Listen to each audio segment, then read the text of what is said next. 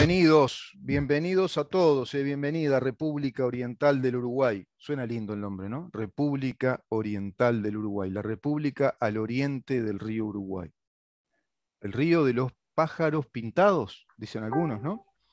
Esos pájaros de colores, que dicen que es así porque cuando cae el sol parece que va como pintando a la cantidad de pájaros que rasantes vuelan sobre la corriente del río Uruguay. Parecería que de ahí, al menos esa es una de las míticas versiones de esa terminología, que no se sabe si es guaraní, creo que es guaraní, de origen guaraní, me parece.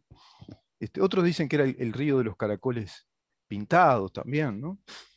Pero parece que es por ahí la cosa. Lindísimo nombre tenemos como país. Ahora, ¿podemos decir qué lindísima democracia que tenemos? No, no, viene deteriorada, ¿no? Hace unos cuantos años. Y al extremo de que hoy tenemos un acto de gobierno, que es el principal acto de gobierno.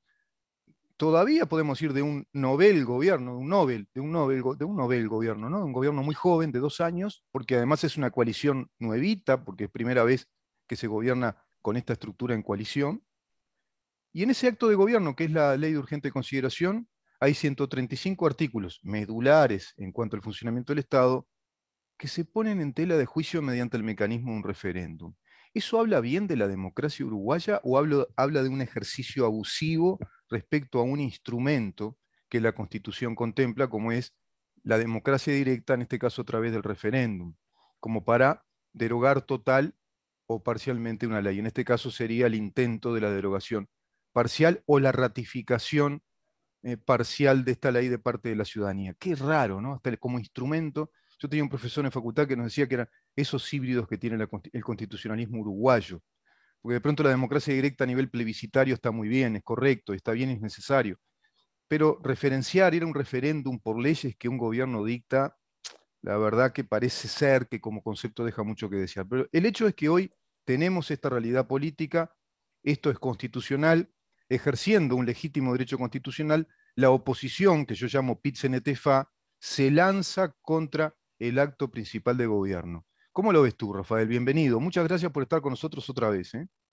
Buenos días, Rubén. Bueno, muy importante y realmente compartible tus palabras, ¿no? A ver, esto tiene dos caras, evidentemente, como decías tú, el ejercicio de la democracia plena que permite, habilita este tipo de referéndum, y después son, bueno, cuáles son los objetivos, porque hay que hacer un poquito de una historia reciente en el sentido de que el Frente Amplio acompañó muchos de estos artículos que hoy se ponen a discusión en tela de referéndum.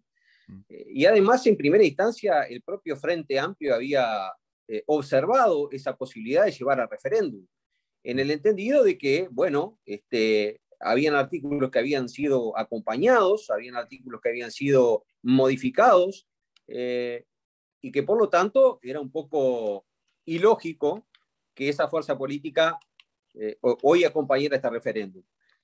Tú sabes que luego de eso, PCNT sale a hacer la publicidad o la propaganda contra el referéndum, y finalmente es así que el Frente Amplio se suma a esa campaña contra estos 135 artículos, que hay que dejárselo muy claro a la población.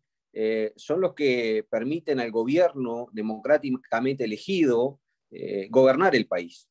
Sí. Y no es casualidad que hoy estén en tela de referéndum. De los 135 artículos, 102 artículos que se refieren nada más y nada menos que a seguridad pública, a educación y a vivienda. Claro. Son aspectos que justamente llevaron a la debacle al gobierno del Frente Amplio. Y que ahora lo que propone el Frente Amplio y el PIT-CNT es justamente derogar esto y volver a lo que lo llevó al fracaso. Entonces, eso es importante. Hoy por hoy hay mucha gente que aún en el desconocimiento de los artículos se está dando cuenta que esto es o contra el gobierno o a favor del gobierno. Por eso es importante la campaña publicitaria, clarificar las cosas y, bueno, dar los debates necesarios para para poner a consideración de la población que va a definir esto y que pensamos que favorablemente, porque si bien estas instancias son democráticas y es bueno que existan, también la gente ha apoyado cuando las papas queman y saben que estos artículos que hoy se pretenden derogar son los que permiten la gobernabilidad y cambiar el rumbo, pegar un timonazo a estas políticas nefastas que se han llevado a cabo. Claro, claro. Es así, Rafael. No mejor expresión cabe que decir que el sindicato de FANCAP fue el que echó combustible e incendió esta pradera, ¿no? Precisamente fue Así desde es. ahí. Se adhiere rápidamente otro sindicato significativo respecto a lo que tú decís, que es FENAPES, Sindicato de la Educación o de la Enseñanza, y a partir de ahí, bueno, prácticamente imprimen en la interna del PICNT hacia el Frente Amplio, por eso yo digo que es PICNT-FA, porque hoy toda la voluntad política del Frente Amplio es la que imprime, en la cual incide el PICNT, marcando el rumbo, digamos. Bueno, se plantea entonces ir a un referéndum. Ir a un referéndum contra 135 artículos que son sustanciales, como tú estás planteando. Son, respecto a este cambio que el gobierno vino a realizar, que la población lo reclamó, ese cambio en materia de seguridad pública, en materia de educación, del sistema educativo, que es un fracaso total, con un grado altísimo de deserción, planteándonos, como muy bien dijo el otro día el profesor Manuel Flores Silva en una intervención pública, tenemos un 95% de jóvenes que todos los días amanecen frustrados, sin propósito de vida. ¿Por qué? Porque no los pudo contener el sistema educativo. Ahí hay un gran cambio a realizar. A través de la LUC hay una reforma educativa que vuelve a establecer las cosas en su lugar, ¿no? Es decir, el gobierno de la educación es el gobierno del Estado, a través de sus autoridades, quien va a decidir los planes curriculares, el sistema de enseñanza, y no tener un cogobierno como teníamos con los sindicatos de la enseñanza, que tienen otra función, tienen otro rol. Y de los cuales te acoto y de los cuales se vienen destapando muchísimas cosas que sucedían y que bueno, y que venían bajo la línea de flotación, que hoy felizmente se ponen sobre el escritorio a ser discutidas. Sí, sí. Yo creo que justamente lo que hablamos con los guarismos pésimos que finalizamos y que eso determinó que luego de 15 años la población decidiera cambiar el rumbo del país, yo creo que eso es lo básico, eso es lo fundamental y sobre lo que se tiene que poner foco. ¿Qué es lo que queremos? Volver al pasado, volver a los 400 homicidios por año, volver a las recomendaciones de un ministro que le dice a la población de que, bueno, si lo vienen a robar, simplemente dé todo lo que tenga, de que, bueno, se apedreaban los patrulleros y no entraban a los barrios. Queremos eso, queremos que las pruebas PISA nos pongan en evidencia y nos pongan la imagen de un Uruguay que ha perdido absolutamente el rumbo en cuanto a la educación. Queremos esos 600 asentamientos que no dejaron de multiplicarse desde que comenzó el gobierno del Frente Amplio, o lo que pretendemos que aún después de 2 años de una crisis sanitaria tremenda a nivel mundial, este gobierno reencauce a nuestro país. Yo Claro, creo que claro. la cosa va un poco por ahí. Sí. Lamentablemente tenemos que caer siempre en el terreno ideológico y filosófico, y bueno, y entender de que son dos modelos de país que hoy pretenden, a través de la derogación de los artículos, reinstalar y que la población ya dijo no. Rafael, ¿sabes qué? Diste una palabra clave para mí. Incurrir o tenemos que ir al terreno filosófico. Yo creo que ese es el terreno legítimo, verdadero para debatir ideas, ¿no? El filosófico. Porque el ideológico, que es el que han instalado, digo han instalado refiriéndome concretamente a la oposición a este gobierno, se instala desde lo ideológico este debate sobre temas sustanciales del país. A ver si podemos hacernos una composición del lugar y del contexto histórico-político que estamos viviendo. Una ideología que sabemos todos es de un perfil marxista, es una ideología marxista. ¿Por qué? Muy claro de ver, porque el PCNT hoy por hoy está gobernado por el Partido Comunista. El PCNT está dirigido, sus dirigentes principales, todos son integrantes del Partido Comunista, básicamente todos. Y los que no, de algún modo son los socialdemócratas o socialistas no marxistas útiles al marxismo del Partido Comunista, integrado a su vez regionalmente al Grupo de Puebla y Foro de San Pablo, donde hay un plan regional establecido, que en su momento vamos a tener que tocar también ese tema. ¿Cómo se plantea un plan regional de desestabilización de gobiernos que tengan un perfil distinto, que tengan un signo, de gobiernos que ellos llaman neoliberales, liberales, de derecha, qué sé yo? Van poniendo todos esos motes o esos calificativos. Y a partir de ahí se genera una militancia, un enardecimiento de jóvenes generaciones que comienzan a creer en esa prédica ideológica que tiene consignas. Pero yo miraba, a ver si puedo encontrar, bueno, ahora los tengo por allá, pero voy a ver si después las busco, las papeletas por el siglo que dicen. Es una cantidad de mentiras, pero es impresionante. Voy a ver si me hago un tiempito mientras tú me respondes a esto, las voy a buscar y te voy a leer un pasaje para que entiendan los oyentes de qué se trata. Te dejo la Bueno, palabra. me quedé enganchado, Rubén, con la última palabra, que fue mentiras, precisamente eso, porque en el terreno de la discusión democrática yo creo que no es válido todo, no es válido por un resultado agotar todos los medios, incluso la desinformación, incluso la tergiversación de cosas, y bueno, estamos siendo partícipes a través de declaraciones de los distintos actores activos que tiene este referéndum, de temas totalmente fuera de lo que dice el articulado. Hemos asistido estos últimos días a argumentación sobre la privatización de la enseñanza pública, que luego los mismos actores que hoy promueven este referéndum tienen que salir a desmentir ante la argumentación que no resiste absolutamente ninguna contraparte.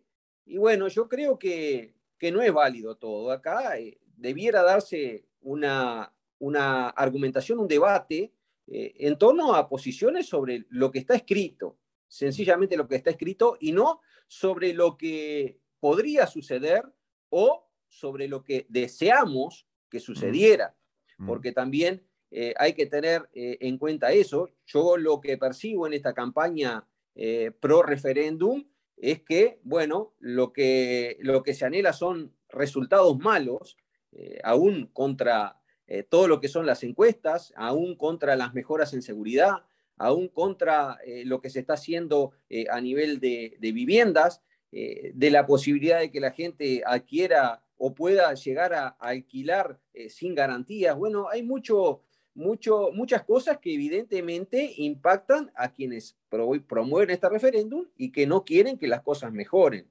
Entonces, a mí me preocupa la desinformación, me preocupa la mentira, me preocupa el engaño a personas que, bueno, finalmente son las que tienen que dar su voto y definir, ¿no?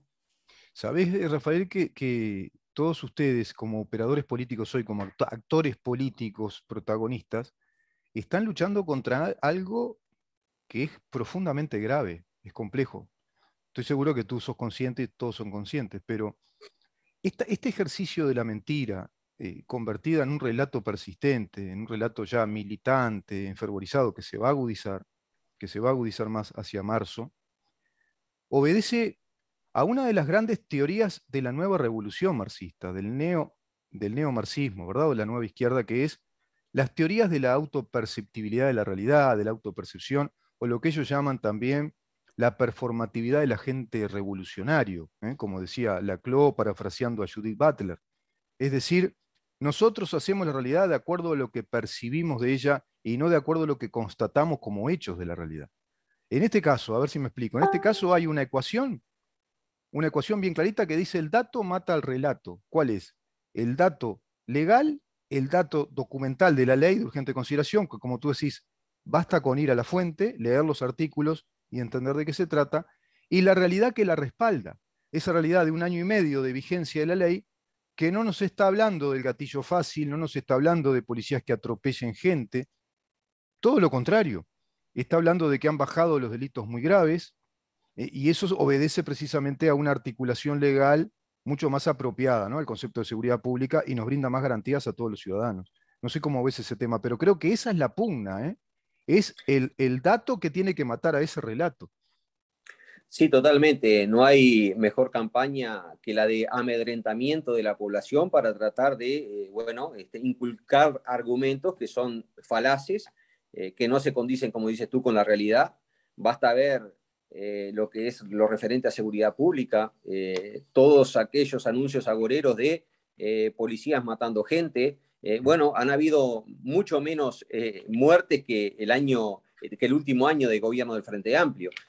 Yo creo que son además situaciones que la población en general, porque aún los votantes del Frente Amplio se estaban dando cuenta de que estaban llegando a una situación límite.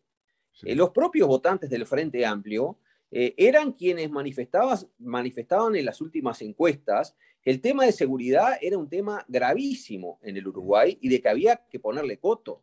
sí, No obstante eso, el gobierno mantuvo a su ministro y mantuvo a las políticas de seguridad pública que realmente provocaron un fracaso y creo que fue uno de los parangones en darle este revés al gobierno frente amplista. Pues bien, evidentemente hay una izquierda rancia dentro de esa fuerza política que, bueno, apela a estas argumentaciones de tipo amedrentamiento de la población, de justificar, bueno, que cada uno pueda apropiarse de los bienes del otro y que eso no es grave, que las personas no puedan defender su integridad física y su patrimonio, ni el de ellos, ni el de sus familiares. Bueno, que la policía también tenía que ser conteste a ese clima de caos que se había formado y que estábamos en una situación gravísima porque habían ya casos de justicia por mano propia. Entonces, en el entendido de que, bueno, era muy fácil calificar como ajustes de cuenta a determinados tipos de delitos, bueno, se intentaba a la población distraerla, pero en el tema de seguridad creo, Rubén, que es un parteaguas lo que ha sucedido luego de la ley de urgente consideración y lo que venía sucediendo en el pasado. sí, Yo creo que es sobre los temas que tenemos que hacer más hincapié. Realmente se percibe en la sociedad un estado de mayor pacificación, mayor control. Uno ve a la policía con su presencia disuasiva y eso es muy importante. Nosotros vemos patrulleros por todos lados. Creo que la policía además siente que ese respaldo, lejos de darle un cheque en blanco, justamente lo toma como un cheque responsable a su actitud. claro. Porque no olvidemos que la protección de los ciudadanos y el mantenimiento de la convivencia es monopolio de la seguridad pública, es por monopolio de la policía. Por lo tanto, yo creo que no hay artículo que pueda someterse a un análisis serio, a un análisis sobre argumentos escritos en esos artículos, que pueda ser objetable. Claro, Realmente claro. así lo siento. Es así, Rafael. Por eso acá en este programa nosotros tenemos la firme voluntad periodística de detenernos en este tema de seguridad pública, que es uno de los temas sustanciales, y lo vamos a hacer en este tirón largo de este ciclo especial. Vamos a masticar ese tema, ¿no? Como se dice en meditación, meditar es masticar la idea, ¿no? Tratar de hacer una muy buena digestión y entender definitivamente de qué se trata. En materia de seguridad pública, como tú bien decías, evidentemente esta ley le otorga a la policía, le otorga una vara de atribuciones, digamos que una vara de funciones que el Estado le otorga que enaltecen la función policial porque la colocan en la función que tiene que tener, ¿no? Estamos viendo un montón de artículos, un articulado sobre seguridad pública, desde, por ejemplo, el derecho a la revisión de objetos personales, el derecho a la detención, el derecho a la detención y persecución a aquellos que tienen apariencia delictiva, una policía que hoy puede ejercer el arresto por agravio a la policía, es decir, le otorga a la policía una presencia de autoridad y a través de la policía se manifiesta la autoridad del Estado que estaba siendo ausente. Lo habíamos conversado contigo, creo, no sé si fue contigo con Perrone, se iba retirando el Estado, como en esas zonas rojas donde veíamos a través de los noticieros los autos que daban vuelta, los autos de policía, porque eran apedreados y se iban. Las persecuciones policiales que parece que tenían un cierto límite, ¿no? Parecían el coyote y el correcamino. seguía el correcamino, el coyote se quedaba ahí porque los autos ACME, digamos así, no funcionaban. Pero todo era porque no había orden, no había respaldo para que esa policía cumpliera la función que tenía que cumplir. Hoy lo está haciendo. Por eso se siente respaldada, se siente jerarquizada y respaldada a la vez. No sé si compartís ese análisis. Y eso te agrego Sí, esto además. Te agrego que esa policía, a partir de ahí, que ya es una realidad, comienza a tener una experticia, un desarrollo de experiencia y conocimiento desde esas responsabilidades. Sacar esto es tirar todo hacia atrás y caer en el abismo. No sé si me explico. sí, totalmente, Rubén, y me viene a la memoria una pequeña anécdota del año 2019, cuando en un camino de campaña, bueno, le doy carona, como se dice en el interior, a una maestra eh, que tenía a su esposo policía, y en la charla, bueno, me contaba de que su esposo estaba detenido porque ante la señal de pare a una moto en presunta infracción, se había escapado y el policía, su marido, lo había corrido y lo había agarrado. Bueno, ese policía estaba detenido y la maestra me decía, yo lo que le digo a él, que si ve algún problema, justamente camine para el otro lado. Y eso era lo que venía sucediendo. Eso Claro, lamentablemente es lo que venía sucediendo, que la policía, al no estar con un marco normativo de amparo para su claro, actividad, que además es la actividad eh, monopólica por excelencia, darnos la total. seguridad, es la policía quien tiene que darnos seguridad. Bueno, esas cosas estaban sucediendo, porque claro, había que proteger el puesto de trabajo más que a la población, porque uno podía caer o incursionar en terrenos totalmente ambiguos, como existían, Mm. en donde un policía, por realizar una persecución a una moto en presunta infracción, bueno, estaba preso. Sí, Así que yo creo que con estas cosas, bueno, se da fin a ese tipo de situaciones. Y como tú claro. decías, Rubén, la realidad nos está indicando que lejos de aquel gatillo fácil bueno, que se argumenta por parte de la oposición, Ujú. bueno, hoy se tienen que recurrir lamentablemente a mentira para tratar de explicar o de convencer o de persuadirle a la gente de la derogación de estos artículos. Sí, Eh, sí, yo sí. creo que yo creo que la población, una de las cosas que evaluó en este cambio de gobierno y en este cambio de políticas públicas fue justamente eso. Nos estábamos convirtiendo en una selva en que cada uno, bueno, podía hacer lo que podía y lo que podía era muy poco, más que encerrarse en sus propias casas, poner rejas, poner alarmas. No se Claro. deben haber vendido tantas rejas y tantas alarmas como estos últimos 15 años de gobierno frentista, ¿no? Es Mm. así. Es así. Sabés que un autor francés, muy amigo de, por supuesto, del liberalismo, Frédéric Bastiat, que era enemigo de los impuestos. Leer a Bastiat es leer a un originalísimo enemigo de lo impositivo y la burocracia estatal. Decía que si hay cosas que justifican, sí, los impuestos, son las funciones esenciales del Estado. Decía Bastiat, si yo tengo un Estado que me cobra impuestos para cumplir una función de seguridad, para cumplir una buena función sanitaria y de soberanía, está bien, están bien gastados, digamos, esos pesos, decía, ¿no? No hacía en otros casos. Y lo que tú decís viene por ahí, porque si vos tenés una policía que está jerarquizada en su función y que simplemente se legisla ese marco precisamente legal de su natural función, porque bien lo dijiste, es el monopolio por excelencia del Estado, la seguridad pública, es monopolio del Estado, es más, es su cometido esencial, según la Constitución, es su razón de ser. Es increíble que el gobierno anterior haya legislado, para mí, esto me hago cargo yo, con tamaña criminalidad ante nuestro Estado de Derecho, con esos subterfugios legales que cuando uno empieza a revisar está esa legislación en lo judicial, en lo fiscal, en este tema de seguridad, preñada de inconstitucionalidades, ¿no? Haciendo caso omiso a los mandatos de la Constitución. Y en este caso, yo creo que mucha gente se va dando cuenta. Y yo te agrego algo respecto a la policía, que debe seguir ese tema, ¿no? Ese policía, como le pasó a esta señora que te comentaba esto, que tenía que cuidar su fuente de trabajo, que no podía desobedecer esas malas órdenes que se daban antes, porque caía preso por el hecho natural de perseguir a alguien y detenerlo, también hay mucho policía que convive con los sectores marginales, que convive en esos asentamientos irregulares, que son realidades problemáticas, ¿verdad? ¿Cómo está ese tema? Mira, te paso, acá si querés te paso un poquito para el tema de vivienda, que sé que estás muy de cerca trabajando con la ministra de Viviendas. ¿Cómo viene ese tema para este año? Bueno, yo creo que además está contemplado justamente en los artículos que se pretenden llevar a referéndum. Ajá.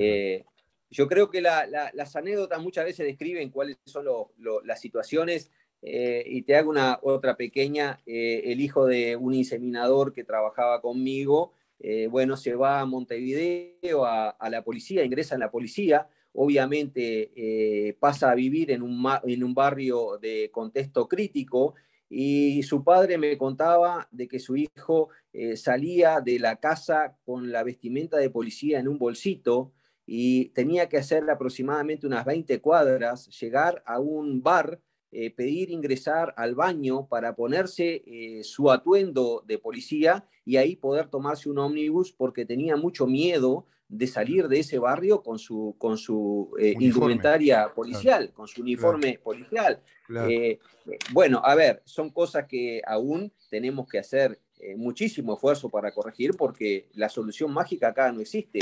Fueron 15 años de una degradación habitacional, de una degradación de la sociedad, de los valores de cada Institucional, uno, ¿no? Además, una degradación institucional, institucional.